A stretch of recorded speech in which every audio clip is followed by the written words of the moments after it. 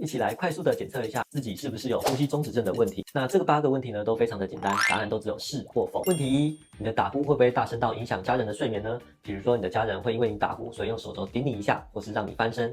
问题2，你白天是否经常感到疲劳，容易想睡觉？譬如说开车的时候，或是看电视的时候，容易不小心睡着。问题3，有没有人说你睡觉的时候会出现像是终止呼吸，好像呛到一样，或是突然大力喘气？问题4，你有没有高血压呢？不论有没有在治疗都算哦。问题5，你体重有没有过重呢？ BMI 有没有超过27？BMI 的算法呢是用体重的公斤数除以身高的公尺数的平方。问题6，你的年龄是否超过50岁呢？问题7，你的颈围有没有超标呢？请拿起皮尺，在男生的喉结下方，也就是脖子最细的地方测量一圈。